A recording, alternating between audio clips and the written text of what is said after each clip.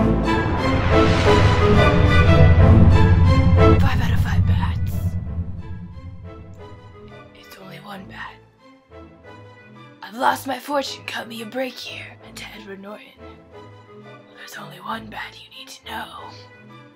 That is what the world gets for making Halloween on a Wednesday and a Batman mask in my possession with no purpose. So I think Batman, who clearly has excellent taste in clothing, said it very well. So this film was made in 1998. I believe the official release date is February something of 1999, but none of that's important.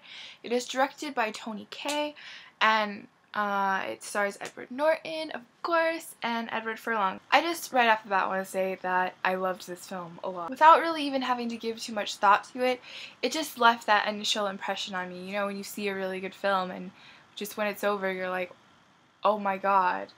And as I was watching it, I was like, oh my god. And you know, any film that can make me think and cry is pretty much guaranteed to have a pretty big impact on me. And I only watched this film yesterday, but I can already safely say that it is on my list of my favorite films that I've ever seen. I really loved this film. I've actually written some notes because I had a lot to say. And I don't want to forget it all or miss anything important, because if I don't express myself fully, it will just all be built up inside of me and I will explode. The first thing I want to talk about can kind of be categorized overall as the white perspective.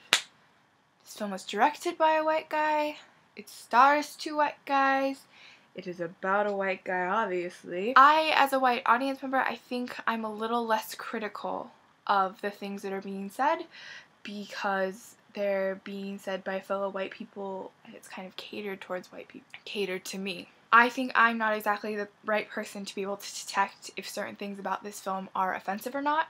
And I also think that this film does oversimplify the race issue. I don't think this film was able to miraculously encapsulate everything about the issue in 2 hours, but I think it had a lot of good things to say and I think it said it very well, so I want to talk about it. I think one of the major reasons that I liked this film so much was the visual elements of this film, the cinematography and the editing. Film is a visual medium and it's such a shame when filmmakers don't take full advantage of that fact, when they don't use the cinematography and the editing to impact their message. And this was a film that was very aware of using those elements and did so very beautifully, and I really, really liked it. The black and white. Quite a few films use black and white kind of spliced in between the rest of the film. And sometimes I don't think it's very effective in really saying much, but in this film I thought it was really effective. You know, it really sets the tone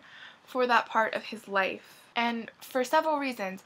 I mean, first of all, the black and white kind of emanates this sort of Leave It to Beaver 50s type of vibe, and the values of that time and kind of how the values of that family are very much like still present for him, and how in a way he's kind of living in the past. Then there's also like this drabness, you know, the absence of color, and his life is dictated by this one force. You know, there's not this multi-tonal compilation of things in his life that is driving him.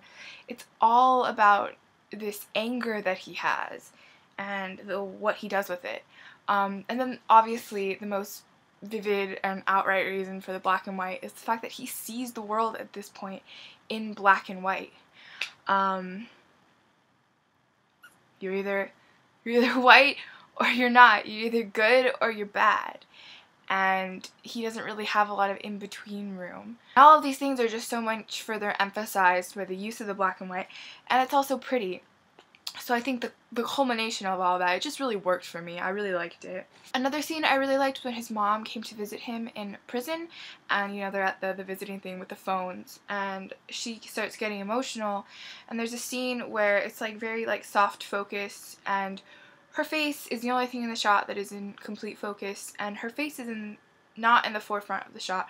Her arm is, and it kind of creates this like ring of kind of blur around her face, and it just makes her look very soft and very delicate, and it just emphasizes the way that she's feeling. And I mean, filmmakers do this all the time. That's just one time where I really noticed it and was like, wow, that was nice. And then the way that they did the rape scene, I really liked the fact that it was done in slow motion, and you felt like you were suspended in time as this was happening, and perhaps how the character would have felt, and every motion was just this absolutely momentous thing, and the water washing over him and kind of this contradiction of the disturbing thing that was happening as he's being cleansed, kind of, and in a way he's being cleansed at that point in the film, both physically and also mentally, because that's the first time in the film when he's really starting to reconsider his social prejudices. And then just the use of water in general in the film I thought was really nice. There's quite a few scenes, not quite a few, I think it's used 2 times, where he's a child and he's at the ocean, and there's kind of this association for me that started there with the water and his kind of childlike self and that innocence and that purity. And in all the major times when he's shown in the water, it's when he's making major changes in his life. There's 2 shower scenes in the film. The first one is right before the rape scene, where he is first starting to again change his views, and then the second time is when he's about to confront the leader of this group and really take a stand against it and try to get his brother out of it. Another scene that really struck me was the basketball scene, because at that point in the film, you know, Derek is the protagonist, and while you know that he is not a good person, there's also this sense in that scene that because things are from his perspective really, and none of the African Americans in that scene are portrayed particularly positively either, you root in a way for Derek and the rest of his friends and the rest of the members of the DOC because it's set up that way. You know, they play that classic sports team triumphant music, and you get that feeling that you get when you watch any other film that involves kind of a similar situation, that you almost forget, at least I almost forgot, maybe I was just stupid, but for a second you can get caught up in the idea of forgetting what they're actually fighting over. I think it kind of emphasized to me how easy it is to not see how disgusting the actions of the people who are on your side are. And I think Derek as a character kind of challenges the perception of racists in general, and kind of the idea that you want Derek to be redeemed and you want to love him, and you do grow to love him, I think, in this film. And this idea that racists aren't just these hateful people, they're people who you can care for and who have redeeming qualities, which kind of it deals with a major theme of this movie, which is redemption itself, and kind of this question that it asks, is it enough? Can people be redeemed? You know, people have criticized this film saying like, oh, what, so he made friends with one black kid and now he's good? I think in the film you want him to be redeemed. You do. You know, you see him change into a better man, and you see him fight to have his brother not go down the same path that he went down, and you think that he's worthy of redemption. But at the same time, you know, his brother, it wasn't enough, and he still had to face the consequences of his own actions. But I think in that situation you see that as being wrong, and you feel like he did deserve a second chance. At least that's how I interpreted the film. The ending, though, really also said a lot to me about the nature of how racism goes away, which is very complicated, but I think it had something good to say. You know, when the kid shoots him, the look in his eyes, and whoever that actor was did a very good job, because that look was so important to me. That look of instantly being horrified instead of validated. Even though he felt like that should make him feel better, he felt like by getting back at him after what he'd done, he should feel better. He didn't feel better. And this idea that you can't fight racism and hate with hate. It doesn't, when anger and aggression, it doesn't work. Just the same way as, even if one would argue he was delusional, when Derek felt like the white man was being oppressed by minorities, he reacted with anger, and that was not the right way to go. I don't think anyone would disagree with that.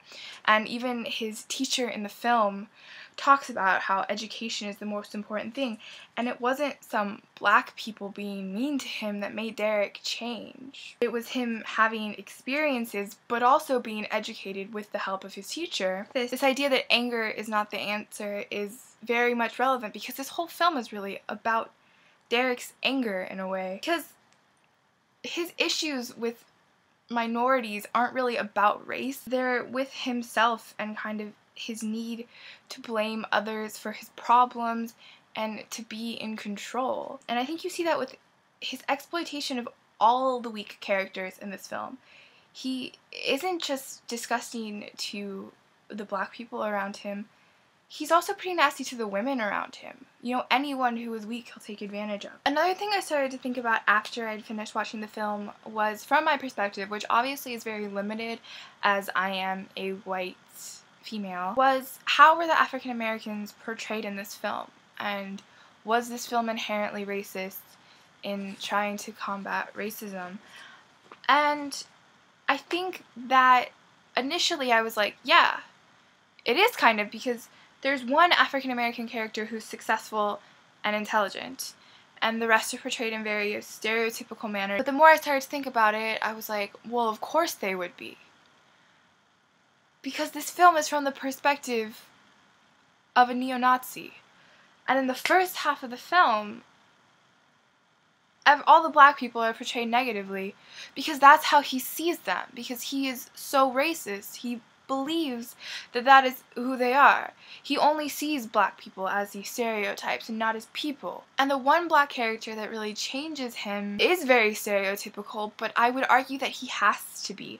Because the one intelligent and successful black man in his life has gotten nowhere with him. And I think part of it is that, you know, he doesn't fit the stereotypes that he has in his mind of what a black person is. So he's somehow able to separate him and not really take anything from him. But then he's able to meet this other guy in prison who, you know, he does talk in a certain way, and he is a criminal, he's in jail, and so he thinks, oh yeah, this is just the typical scummy black guy. And then he, by being that on the outside, but then becoming humanized and being such a great man on the inside, is able to change the way he thinks. That was my thinking on it. The last thing I want to talk about is just Edward Norton himself, because Edward Norton is this movie. His performance is incredible. I have not seen the film from which the guy who won Best Actor in '99 is from. This to me was an Oscar-worthy performance. It really was. It was incredible. And he was so just like fully charged emotionally and played it in such a genuine manner. And one of the things that I appreciated the most was that Edward Norton is a very soft man, naturally. He has kind of a soft voice, he has a soft face, and he's able to take it from there to this kind of like psychopathic, raging man, and really make this like night and day difference between the two. And it really shows the duality of his character and who the character really is, and it makes you see even more how this rage inside of him and this racism is all about his baggage, not about him as a person. Holy shit, Edward Norton looks good in this movie. And like, that pissed me the fuck off. How dare you do this to me, Hollywood? You take this skinhead and make him sexy as hell. Like, when he was walking around, you know, the prison yard with his, you know, crew of Nazis with that swastika on his chest, I was still like, God damn it, I don't care. You are damn good looking. I mean, those freaking, oh god, his body in this film was insane.